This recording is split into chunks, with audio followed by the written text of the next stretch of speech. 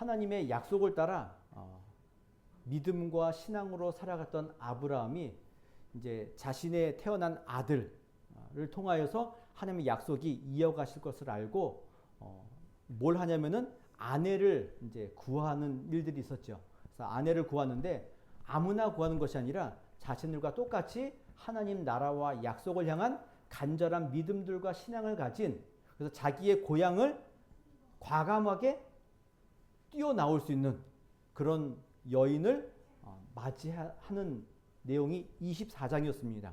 근데 단순히 그런 여인의 문제가 아니라 그 여인을 만나기까지 하나님께서 표현하면 바른 길로 인도하셨던, 그래서 결국은 그 일을 맡았던 아브라함의 종이 하나님만을 찬송하는 내용이 24장의 내용이었던 겁니다. 그래서 리브가가 이삭을 만나러 왔고 이삭과 함께 같이 결혼했다. 이게 24장입니다. 이제 오늘 25장에 와서는 앞부분에 아브라함의 죽음도 나오고 또 이스마엘의 어떤 족보도 나오고 그 다음에 이삭의 족보가 나오는 겁니다. 그럼 이삭의 족보면은 이삭이 누구를 낳고 쭉 가면 되는데 그냥 쭉 가지 않고 누구만 얘기하나요? 야곱과 에서에서 족보가 그냥 끝나는 겁니다. 이 족보는 단순히 누가 누구를 낳았다 이런 계보의 의미보다는 이 이삭의 족보를 통하여서 하나님의 선택하심, 하나님께서 낳게 하시는 자녀의 특징이 무언가를 우리에게 보여주는 의미에서의 족보다라는 것들을 좀 생각하시면 좋을 것 같습니다. 그래서 오늘 읽으시면서 그냥 에서와 야곱 뭐 이렇게 이해하지 마시고 그냥 성경에 우리가 아는 선지식을 다 내려놓고 그냥 본문을 따라 쭉 한번 읽어보면서 하나님이 어떻게 이런 일들을 이루어 가시는가라는 것들을 좀 확인하면 좋을 것 같습니다. 자, 지금 이삭의 족보를 이야기합니다. 19절에. 근데 아브라함이 이삭을 낳고 이삭이 40세의 리브가를 맞이합니다. 아내를 삼았다 이겁니다. 여기까지는 다 아는 내용이고요. 근데 이 아내가 누구냐면은 이 아내에 대한 족보도 또 이야기합니다. 여기 보면은 밧담 아람 족속 중 부두엘의 딸, 그다음에 라반의 누이. 굳이 이거는 얘기 안 해도 괜찮은데 왜 이런 이야기를 꺼내냐면 나중에 야곱이 어디로 도망가나요? 라반의 집, 그러니까 자기 어머니의 오빠의 집으로 도망가는 그런 일들을 하기 위해서, 알려주기 위해서 이미 그 족보를 잠깐 라반의 이야기를 살짝 꺼내고 있습니다. 자, 이제 이런 일이 있는데 문제는 이삭의 아내 리브가가 뭘 못하나요? 임신을 못하는 겁니다. 우리가 알다시피 아브라함, 이삭 다 누구의 은혜를 받은 자들이죠? 하나님의 은혜와 복을 받은 자들이고 약속을 받은 사람들입니다. 그러면 이 이삭의 족보도 보게 되면 어떻게 되잖아요?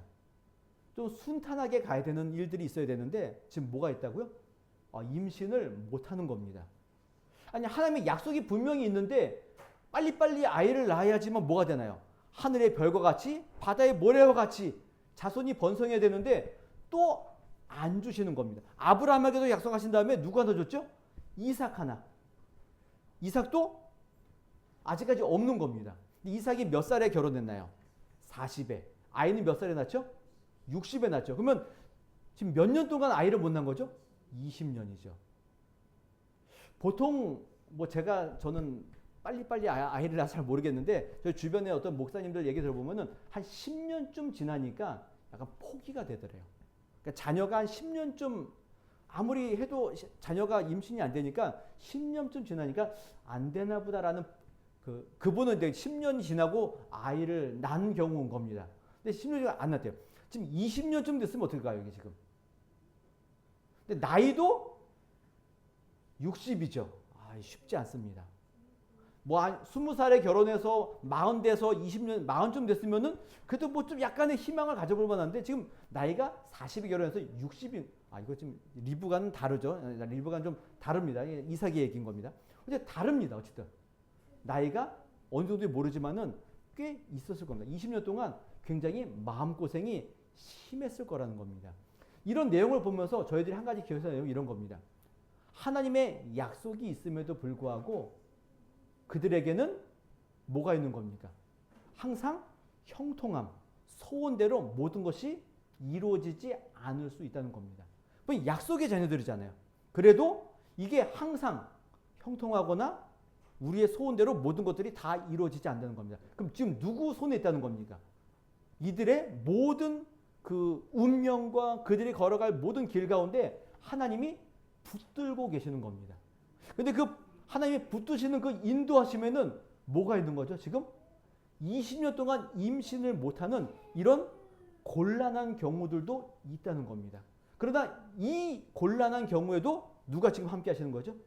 하나님의 은혜와 하나님의 약속이 항상 같이 있다는 것들을 좀 기억하셔야 되는 겁니다. 어쨌든 20년 동안 임신을 못하는 이 아내 때문에 누가 지금 기도하나요? 이삭이 기도를 합니다. 근데 이 기도는 단순히 자녀를 주십시오라는 이런 기도가 아니라 누굴 위해서 기도하는 거죠? 여기 보면 그를 위하여. 누군가요? 임신을 못한 리브가를 위해서 기도하는 겁니다. 그러니까 아브라함은 자기 아내를 위해서 기도했나요, 안 했나요? 뭐 사실 안 했다고 보기는 어렵지만 성경에 그런 내용이 없죠. 그런데 이삭은 그런 마음이 있는 겁니다. 아내를 향한 사랑과 그를 향한 간절한 마음. 20년 동안 리브가가 얼마나 마음고생이 심했겠냐 이겁니다. 그 마음고생을 누가 알고 있는 거죠? 하나님도 아시지만은 남편인 이삭이 알고 하나님께 기도했던 겁니다. 근데 이 기도가 언제부터 기도했는지에 대한 내용은 없습니다. 결혼하고 나서 처음부터 했는지 아니면은 시간이 오래 한 10년쯤 지나서 했는지 모릅니다. 그러나 어찌됐건 아내를 위해서 열심히 기도합니다. 기도를 하게 되자 하나님께서 응답하셔서 뭘 하게 하시나요? 임신하게 하신 겁니다. 여기 이 정도 되면은 굉장히 은혜롭죠. 기도해서 낳은 아들인 겁니다. 한 가지 그냥 뭐 좀 여담으로 말씀드리면 여러분 기도도 안 했는데 그냥 아이를 낳을 때 하고 열심히 아이 달라고 기도하고 아이를 낳은 거하고 뭐가 좀 더 은혜로운가요? 뭐가 좀 더 은혜롭죠? 기도 안 하고 결혼하자마자 아이를 낳는 거하고 기도하고 20년 만에 아이 낳은 거하고 뭐가 좀 더 나은가요? 그래도 뭐가 좀 더 은혜롭죠? 기도한 게 좀 은혜롭나요? 뭐 그럴 수 있죠. 왠지 기도의 응답처럼 느껴지는 거. 그럼 기도 안 하고 아이 낳으면 기도 응답이 없는, 하나님의 은혜가 없는 건가요? 근데 어쨌든 우리 입장에서는 기도하고 아이를 임신을 했기 때문에 뭔가 좀 기대감이 있을 수 있는 겁니다. 이게 먼저 앞의 내용이긴 하지만은 우리가 후에 보면은 임신하지 못했다가 기도해서 아이를 낳은 누가 있죠? 사무엘이 있죠. 그럼 우리도 무슨 생각하나요? 기도해서 아이를 낳았으니 뭔가 사무엘처럼 엄청난 하나님의 사람들이 나타날 것 같다. 이런 생각을 할 수 있는 겁니다. 어찌됐건 이 기도한 다음에 리브가가 임신을 합니다. 자, 이런 은혜 가운데 어떤 일이 생기냐면은 이 임신한 리브가가 뭘 느끼냐면은 태동을 느끼는 거예요. 태동. 태동은 아이가 지금 건강하게 잘 크고 있다는 증거라고 의학적으로 이야기를 하더라고요. 근데 문제는 이 태동이 어땠을까요? 조금 심한 겁니다. 상식적으로 리브가가 자기의 뱃속에 쌍둥이라는 것을 알았을까요? 몰랐을까요? 저도 잘 모르겠습니다. 제가 뭐 아이를 배운 적이 없어가지고 이게 쌍둥이가 다른지 모릅니다. 근데 우리가 알다시피 지금처럼 뭐 초음파가 있는 것도 아니기 때문에 쌍둥이라는 것을 몰랐을 수도 있는 겁니다. 근데 둘이 뱃속에서 엄청난 태동을 일으키는 겁니다. 이 태동이 너무 심하다 보니까는 리브가가 어떤 느낌이었을까요? 이러다가는 내가 죽겠다라는 그런 고통 가운데 그런 마음이 들었던 거죠. 그런데 이 태동을 성경은 뭐라고 표현하나요? 둘이 싸운다. 서로 싸운다. 근데 싸우는데 누가 싸운다고요?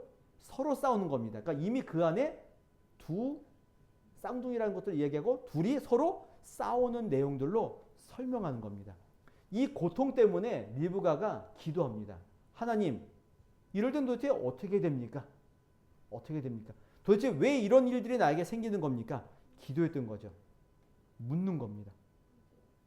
도대체 하나님의 분명히 약속에 의한 자녀들이 확실한데 왜 이런 일이 있는 겁니까? 왜 싸우는 겁니까? 묻는 겁니다. 이 싸움을 통해서 저희들이 하나 기억해야 할 내용은 하나님의 나라, 하나님의 약속의 나라라 할지라도 뭐가 있나요? 항상 싸움과 이런 어려움들이 있을 수 있는 겁니다. 하나님의 나라는 주변에서 아무도 건드릴 수 없고 뭐 승승장구하고 이런 나라가 아니라 항상 뭐 하는 나라라고요? 싸움이 있습니다. 세상과 믿는 자들과의 다툼과 싸움이 항상 있습니다. 그래서 신학적으로 얘기할 적에 이 땅에 있는 교회는 전투하는 교회다라고 이야기하고 하늘에 있는 교회는 승리하는 교회 이렇게 얘기합니다. 아직까지 이 땅에서는 승리가 보장되어 있지만은 그 승리를 위해 계속 뭐 하는 교회라고요? 싸우는 교회인 겁니다. 그래서 저와 여러분들은 매일 뭐 하나요? 싸우죠. 누구랑 싸우나요? 옆집이랑요? 아니요. 우리 누구랑 싸우죠? 내 안에 있는 죄악과 세상과의 어떤 가치와 이런 것들과 날마다 싸울 수밖에 없는 존재라는 것들을 우리에게 보여주는 내용이 이 두 뱃속에서 싸우는 내용으로 우리에게 설명해 주는 겁니다. 자, 이렇게 싸우고 묻고 기도하게 되자 하나님께서 응답하십니다. 이 싸움의 의미가 뭔지, 이 태동의 의미가 뭔지를 설명해 줍니다. 자, 이렇게 얘기합니다. 여호와께서 이르시되 두 국민이 내 태중에 있구나. 지금 뱃속에서 누가 있다고요? 두 국민. 어떻게 보면은 한 뱃속이기 때문에 한 형제잖아요. 한 형제임에도 불구하고 둘을 어떻게 하나요? 나눠버리는 겁니다. 두 국민으로 나누는 겁니다. 그리고 이 두 민족이 내 복중에서부터 나누이리라. 하나님께서 나눈 겁니다. 그리고 맞아요. 이 족속이 저 족속보다 강하겠다. 그러니까 둘 중에 하나가 강합니다. 근데 누가 강하냐? 큰 자가 어린 자를 섬기리라. 이게 하나님의 대답입니다. 하나님, 도대체 뱃속에서 이렇게 싸우고 있는데 너무 힘듭니다. 도대체 이거 왜 그런 겁니까? 하나님께서 뭐라 그러셨다고요? 내 뱃속에 두 국민이 있다. 뱃속에서부터 두 국민이 싸우면서 나누어진다. 한쪽이 더 강할 것이다. 큰 자가 어린 자를 섬길 것이다. 이렇게 이야기를 하고 끝나는 겁니다. 보통 같으면은 장자가 훨씬 더 많은 권리를 누리고 있고 더 은혜를 누리고 복을 누리는 게 정당한 겁니다. 그런데 작은 자가 큰 자가 작은 자를 섬긴다는 겁니다. 그럼 이 무게의 추가 지금 누구에게 가는 거죠? 작은 자에게 옮겨가는 겁니다. 신명기에 보면은 지금 재밌는 본문이 하나 있는데 뭐가 있냐면은 한 사람이 두 아내가 있어요. 한 아내는 미워하는 사람이고 한 아내는 사랑하는 아내예요. 근데 장자가 미워하는 자의 장자이고 미워하는 사람의 아들이 장자고 사랑하는 자는 차자입니다. 그때 법은 뭐라고 하냐면은 너가 사랑하는 자에게 권리를 주지 말고 미워하는 여인의 아들 장자에게 그 모든 것들을 줘라. 법대로 해라. 그렇게 이야기하는 겁니다. 그러면 오늘 이 본문을 보면은 누가 은혜를 누려야 되죠? 큰 자가 누려야 되는 게 맞습니다. 근데 하나님은 이미 뱃속에서부터 누구에게 은혜를 주시죠? 작은 자에게 주는 겁니다. 어떻게 보면 하나님의 법과 하나님의 의지를 반하는 듯한 내용들을 이야기하는 겁니다. 그럼 우리 이 생각하십시오. 도대체 이 작은 자가 어떤 자이길래 이렇게 하나님의 어떻게 보면 뜻과 이 모든 것들을 바꾸면서까지 이런 일들을 하시는가? 이럴 수 있는 거죠. 지금 앞에서 이삭이 기도해서 생긴 아들인 겁니다. 자녀인 겁니다. 그리고 또 뭐가 있나요? 하나님께서 큰 자가 작은 자를 섬긴다. 작은 자에 대한 집중을 하게 하시는 겁니다. 우리 기대할 수 있는 거죠. 기도도 했죠. 하나님께서 작은 자를 섬길 것이다. 큰 자가 작은 자를 섬긴다. 우리 기대할 수 있는 겁니다. 도대체 작은 자가 누굴까? 둘째가 어떤 자가 나오길래 이럴 것일까? 기대할 수밖에 없는 겁니다. 자, 이런 상황에서 자녀가 태어납니다. 누가 태어나냐? 첫째는 먼저 나온 자가 있는데 붉고 전신이 터록 같아서 이름을 에서라 하였다. 자, 아이를 낳는데 첫째 아이가 어떠다고요? 온 몸이 붉대요. 그리고 털이 많대요. 우리는 보통 에서가 나오니까 붉고 털이 많다 그러니까 그냥 뭐 그런가 보다 할 수 있지만 실제로 여러분 아이가 태어났는데 온몸이 털로 덮여 있고 온몸이 붉어요. 여러분 어떤 느낌이 들까요? 이 뭐랄까, 이게 뭔가 정상이 아니다는 느낌을 받을 수 있는 겁니다. 이게 첫째 아이인 겁니다. 자, 둘째 아이는 어떻게 태어나나요? 그 첫째 아들, 붉고 온몸에 털이 많은 그 에서의 발 뒤꿈치를 붙들고 나오는 겁니다. 뭐 제가 쌍둥이를 낳는 걸 본 적이 없어서 모르겠지만은 뭐 어찌어찌 하다 보면은 잡고 나올 수도 있겠죠. 그런데 이 모든 일들을 뭘로 보는 겁니까? 하나님의 어떤 섭리 가운데 이 모든 일들을 해석하고 있는 겁니다. 어찌 보면은 그냥 우연히 자연스럽게 발뒤꿈치를 잡고 나올 수도 있지만은 성경은 그게 아니라 이미 둘째의 마음에는 뭐가 있는 건가요? 욕심과 정욕이 가득 차 있는 자로 태어났음을 보여주는 내용인 겁니다. 그래서 상징적으로 붉고 털이 많고 하는 이 에서의 내용들은 뭘로 표현하냐면은 세속적이고 열정적이고 또 동물적인 성품을 가진 그런 자로서 에서를 많이 이야기합니다. 그리고 야곱은 어떤가? 야곱. 발 뒤꿈치를 잡고 태어났다. 그래가지고 야곱이죠. 근데 이 발 뒤꿈치를 잡고 나온 게 뭐가 문제가 되냐라고 저게 하는데 이 야곱의 이름의 그 또 하나의 특징이 뭐가 있냐면은 그 씨름 기술 가운데 속이는 기술이 야곱이라는 그 내용과 똑같습니다. 그래서 야곱을 뭐라고 부른다고요? 속이는 자로 이야기하는 겁니다. 그러니까 지금 하나님께서 기도해서 약속의 자녀로 태어난 두 아들이 있는데 한쪽은 세속적이고 또 동물적인 성품을 가지고 있고 한쪽은 속이는 자로 남들에게 거짓말하는 자로 이런 교활한 자로 태어난 겁니다. 뭔가 기대가 되나요 안 되나요? 전혀 기대가 되지 않습니다. 기대가 되지 않는 겁니다. 도대체 왜 이런 일이 일어난 것인가? 약속과는 전혀 먼 두 자녀가 우리에게 있는 겁니다. 그런데 여러분 같으면은 한쪽은 세속적이고 동물적이고 한쪽은 야비하고 교활하고 속이는 자입니다. 여러분 같으면 둘 중에 누구를 선택해가지고 하나님 나라를 이끌어 가겠습니까? 여러분들이 하나님이시라면은 누구를 택하겠습니까? 둘 다 마음에 들지 않습니까? 가끔 저희 막내가 가끔 그 유튜브나 이런 데 보면은 그 말 같지도 않은 그 선택하는 이런 거 나오거든요. 오늘도 아침에 와가지고 저한테 두 가지를 얘기하더라고요. 하나는 발가락이 엄청 긴 거하고 손가락이 엄청 긴 거하고 뭘로 하겠냐고 저한테서는 둘 다 말이 안 되죠. 말이 안 되는 겁니다. 근데도 굳이 하려면 뭘 하겠냐 묻는 거죠. 그럼 마찬가지죠. 세속적이고 동물적인 에서, 교활하고 야 자꾸 뒤에서 누가 쳐다보는데 속이고 교활한 야곱. 여러분 누가 좀 낫습니까?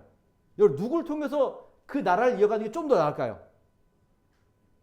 뭐 각자 다를 수 있죠. 다를 수 있는 겁니다. 그런데 하나님은 누굴 택하셨죠? 야곱을 선택하신 겁니다. 속이고 교활한 야곱을 하나님이 택하신 겁니다. 그럼 이 선택에는 도대체 하나님이 뭘 위해서 야곱을 선택했는가? 우리 자꾸 생각하는 거죠. 도대체 야곱의 교활함과 속임수를 어떻게 하나님이 사용하시는가? 우리는 이렇게 가는데 이게 아니라 하나님의 선택에는 뭐가 있냐면은 여기에는 오직 하나님의 은혜만이 있다라는 것들을 우리에게 보여주는 겁니다. 하나님 도대체 야곱은 왜 선택한 겁니까? 뭐 나중에 뭐 말락이나 로마서로 얘기한다면은 하나님은 야곱은 사랑하고 에서는 미워했다 이렇게 되어 있는 겁니다. 도대체 왜 그러신 겁니까? 사랑의 하나님께서 왜 누구는 미워하고 누구는 왜 사랑한 겁니까? 그리고 야곱과 에서가 뭐 나중에 커가지고 어떤 일을 막 한 다음에 한 일이 아니라 지금 언제부터죠? 선악을 알기 전 그리고 지각이 있기 이전에 이미 하나님께서 그들을 나누시고 선택하신 겁니다. 도대체 왜 그러신 거죠? 그럴 수 있죠. 근데 여기에는 뭐가 있냐면 하나님의 은혜가 있는 겁니다. 하나님의 은혜만이 드러나도록 하기 위해서 이 선택이 우리에게 설명되어지고 있는 겁니다. 그래서 고린도전서 1장에 보면은 이런 표현이 있죠. 형제들아 너희를 부르심을 보라. 그러니까 우리를 구원하심 보라는 겁니다. 보니까 육체를 따라 지혜로운 자가 많지 않고 능한 자가 많지 않고 문벌 좋은 자가 많지 않다. 그러나 하나님께서는 세상에 미련한 것들을 택하사 지혜 있는 자들을 부끄럽게 하려 하시고 세상에 약한 것들을 택하사 강한 것들을 부끄럽게 하려 하셨다 이겁니다. 그러니까 하나님의 부르심, 하나님의 선택에는 뭐가 있다고요? 약한 자, 미련한 자를 택하심에 있는 겁니다. 왜 그렇게 하셨다고요? 강한 자들과 지혜 있는 자들을 부끄럽게 하시고 모든 사람으로 하여금 하나님 앞에서 자랑하지 못하도록 하기 위해서 선택하셨다 이겁니다. 이게 하나님의 선택에 담긴 의미가 여기에 있습니다. 오늘 저와 여러분들 보십시오. 도대체 하나님이 나를 왜 구원하셨지? 도대체 나를 통해서 뭘 하시려고 나를 구원하셨지? 이럴 수 있는 거죠. 그런데 거기에는 뭐가 있다고요? 하나님의 은혜만을 나타내도록 하기 위해서 선택이 주어진 겁니다. 우리가 흔히 얘기하는 하나님의 뭐 예정, 선택, 작정, 도대체 하나님 도대체 뭐 때문에 이렇게 하신 겁니까? 하나님을 막 비방하고 하기 위한 어떤 내용들로 보고 있는데 그게 아니라 하나님의 은혜를 더욱더 드러내도록 하기 위해서 우리로 하여금 그 누구도 자랑하지 않도록 하기 위해서 그 일을 하신다는 겁니다. 오늘 저와 여러분들 마찬가지죠. 도대체 나를 왜 구원하신 겁니까? 거기에 뭐밖에 없다고요? 하나님의 은혜만을 드러내기 위함이 여기에 있는 겁니다. 나중에 이사야서에 보면은 이런 표현이 있어요. 좀 별로 우리가 들으면은 별로 기분 나쁜 표현이긴 한데 이렇게 되어 있어요. 버러지 같은 너 야곱아. 야곱을 두고 뭐라고 얘기한다고요? 사실 그러면 지금 누구 얘기하는 건가요? 우리를 두고 얘기한 거죠. 참 기분은 별로 썩 좋지 않죠. 존귀하고 이성이 있고 존귀한 인간들을 향하여서 뭐라고 얘기한다고요? 버러지. 차라리 벌레라 그러면 조금 더 그놈이긴 하지만 벌레와 버러지 뭐가 좀 더 기분이 나쁜가요? 그래도 버러지가 좀 더 기분 나쁘죠. 근데 이게 우리의 모습이라는 겁니다. 하나님은 그런 우리를 선택하셨다라고 표현하는 겁니다. 선택하셨다. 그런데 이 이사야서에 보면은 이 버러지 같은 너 야곱아 이렇게 얘기한 다음에 이렇게 표현합니다. 너희 이스라엘 사람들아 두려워하지 말라. 나 여호와가 말하노니 내가 너를 도울 것이라. 내 구속자는 이스라엘의 거룩한 이인이라. 어찌 보면 벌레와 같은 우리를 할지라도 하나님은 우리를 어떻게 하신다고요? 도우실 것이다. 도우실 것이다. 이게 우리에게 주어진 하나님의 은혜가 여기에 있습니다. 하나님의 선택은 단순히 왜 우리를 선택하셨나요? 모릅니다. 약한 우리, 벌레 같은 우리 왜 선택하신 겁니까? 모릅니다. 그래서 거기에 뭐가 있다고요? 우리를 돕겠다. 우리를 구원하겠다. 이게 포함되어져 있는 겁니다. 그래서 야곱의 이름의 특징은 아까 뭐 발 뒤꿈치를 잡은 자, 속이는 자 이런 의미도 있지만은 또 다른 의미, 감춰진 의미가 하나 있는데 이게 뭐냐면 이런 겁니다. 하나님께서 그를 지키겠다, 돕겠다 이겁니다. 그래서 하나님께서 너의 뒤에서, 너의 발꿈치에서 지키시겠다라는 의미가 어디에 있다고요? 야곱에게 있는 겁니다. 교활한 우리, 속인 자 같은 우리, 벌레와 같은 우리를 하나님께서 도우시고 지키시겠다라는 의미가 담겨져 있는 겁니다. 그게 뭐라고요? 하나님의 선택에 담긴 의미인 겁니다. 하나님 우리를 왜 선택하신 겁니까? 너희들은 이렇게 연약하지만 내가 지키겠다, 돕겠다. 너의 발꿈치에서, 너의 뒤에서 내가 돕겠다. 그 의미가 어디에 있다고요? 선택에 있는 겁니다. 우리가 가끔 부르는 찬송가 가운데 뭐가 있나요? 아, 하나님의 은혜로 이 쓸데없는 자 왜 구속하여 주는지 난 아직 모르겠습니다. 그러나 뭐가 있죠? 내가 믿고 또 의지함은 누구밖에 없는 하나님밖에 없어요. 그분의 선택이 우리의 가장 큰 무기인 겁니다. 우리의 가장 큰 자랑이 뭡니까? 하나님이 선택하셨다 이겁니다. 연약한 우리, 교활한 우리를 뒤에서 지키시고 보호하셔서 우리를 선택하시고 인도하시겠다. 이게 야곱에 담긴 의미. 야곱을 선택하신 하나님의 은혜가 여기에 있는 겁니다. 이것이 단순히 야곱에게만 아니라 누구에게도 있나요? 우리에게도 동일하게 적용되는 겁니다. 선택에는 하나님의 지키심, 보호하심이 있겠다라는 겁니다. 두 번째는 선택에는 뭐가 있냐면은 하나님의 뜻과 의지가 있는 겁니다. 하나님의 뜻과 의지가 있습니다. 이 뜻과 의지는 뭐냐면 단순히 너 돕겠다 이런 표현뿐만 아니라 그를 통하여서 뭔가 이루고자 하시는 하나님의 목적과 의지가 담겨져 있는 겁니다.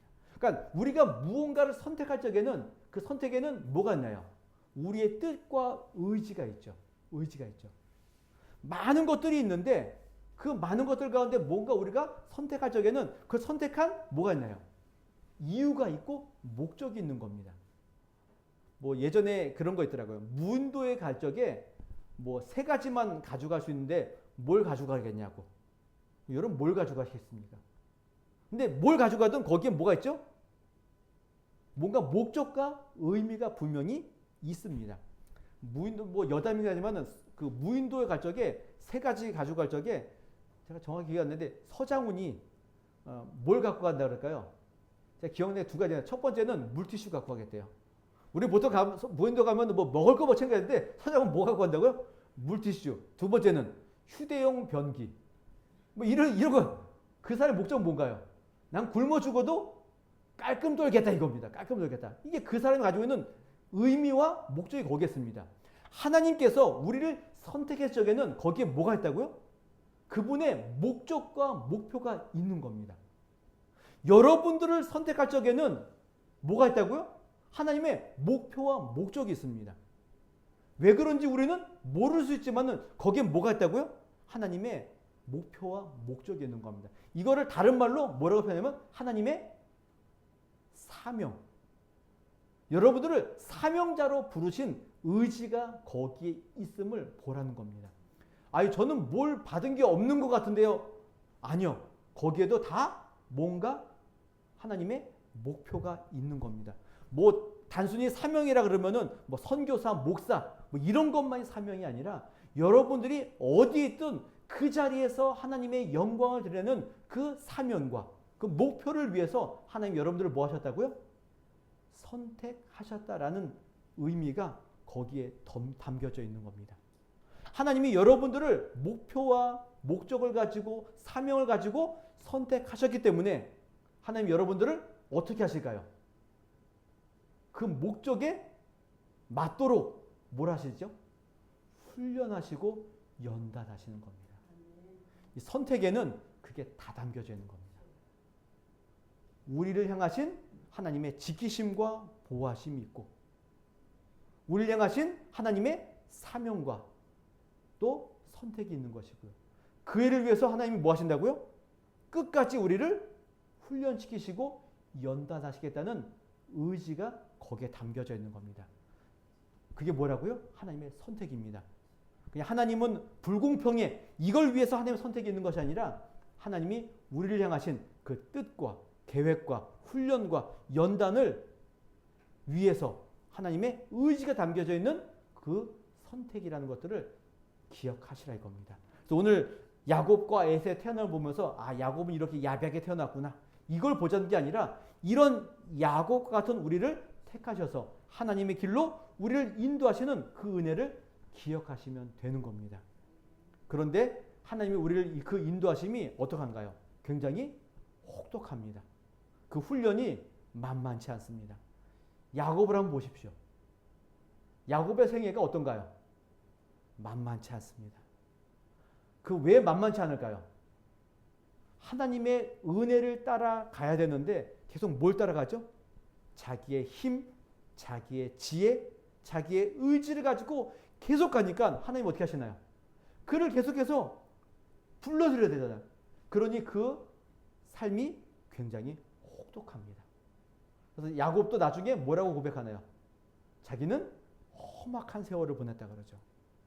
그러나 그 험악한 세월 가운데 하나님은 그 야곱을 선택하셔서 야곱을 이끌어 가시고 인도하시고 그의 뜻과 그의 목적에 맞도록 그를 계속해서 지키시고 어디서 지키시나요? 발뒤꿈치 뒤에서 지키시고 인도하시는 하나님의 은혜를 보라는 겁니다. 그 은혜의 첫 걸음이 뭐라고요? 선택인 겁니다. 이 선택받은 저와 여러분들이 이 땅 가운데서 뭘 하시면 될까요? 하나님의 뜻에 맞게 우리를 잘 단련하시고 연단하시면 되는 겁니다. 어차피 저는 죄가 많고 또 저는 교활하고 뭐 힘도 없고 능력이 없으니까 이게 아니라 내가 어느 자리에 있던 핑계 대지 마시고 뭘 하면 될까요? 주님의 인도하심에 순종하면서 그 길을 잘 걸어가면 됩니다. 이게 어차피 주님이 우리를 정하셨는데 나는 뭐 내 힘은 아무것도 없지 이게 아니라 정하셨기 때문에 우리는 뭘 하면 될까요? 그 길에서 열심히 순종하고 주님이 우리에게 주신 그 은혜를 따라 잘 살아가면 되는 겁니다. 이게 우리가 가지고 있는 믿음과 신앙이 여기에 있습니다. 제가 이번 주에 읽은 책 중에 하나가 뭐가 있냐면은 C.S. 루이스의 고통의 문제라는 그 책이 있습니다. 근데 그분이 그 책을 쓰시면서 첫 번째 한 내용이 뭐냐면 이런 겁니다. 우리는 보통 고통의 문제를 생각할 적에 뭘 생각하시나요? 이 고통이 어떻게 하면 금방 해결될 것인가? 이걸 생각하는데 이분은 뭘 얘기하냐면 이 고통이 어떻게 없어질 것인가? 이거를 고민하는 게 아니라 그분은 뭘 고민하냐면 선하신 하나님이 왜 우리에게 고통과 고난의 문제를 주시는가? 여기에 질문을 던지는 겁니다. 이 질문의 답은 어디에 있을까요? 우리에게 없습니다. 하나님께 있습니다. 이 질문과 이것을 찾아가는 게 뭐라고요? 믿음이고 신앙인 겁니다. 그러니까 우리는 눈앞에 보이는 고통이 아니라 뭐가 고통이라고요? 하나님이 왜 이 고통을 주었는지, 그 선하신 하나님이 왜 우리에게 이 일을 하게 하셨는지 여기에 대해 답이 없는 것, 이게 우리의 고통인 겁니다. 이게 뭐라고요? 이게 믿음의 길이고 우리가 믿음을 따라 살아가는 성도의 길인 겁니다. 하나님은 저와 여러분들을 선택하셨습니다. 그럼 선택하셨으면 좀 바른 길로, 좀 올바른 길로 보내주시면 좋겠는데 우리와 다른 길을 보내줄 수 있는 겁니다. 그러나 주님은 우리를 어떻게 하신다고요? 선택하셨기 때문에 끝까지 우리를 뒤에서 붙드시고 지키시는 하나님이시고 거기에는 분명한 하나님의 의지가 담겨져 있고 그 의지와 목적을 이루시기 위해 끝까지 우리를 연단하시는 하나님이시다. 이 사실을 기억하십시오. 이게 하나님의 선택인 겁니다. 그 선택의 의미를 깨달을 때까지 우리는 계속 뭐 할까요? 하나님께 묻고 그분의 그 고난을 묻고 따지고 그분께 질문하고 기도하면서 살아가시라는 겁니다. 어찌됐건 우리의 인생의 모든 출발점은 누구에게 있습니까? 하나님께 있음을 기억하십시오. 이게 어디에 있다고요? 하나님의 선택인 겁니다. 이 선택의 은혜를 정말 누리시고 선택을 향한 하나님의 지키심과 보호하심을 잘 누리셔서 이 땅 가운데서 나를 선택하신 하나님의 은혜에 감사하시는 그런 자리에까지 도달하시기를 주님의 이름으로 부탁을 드리겠습니다.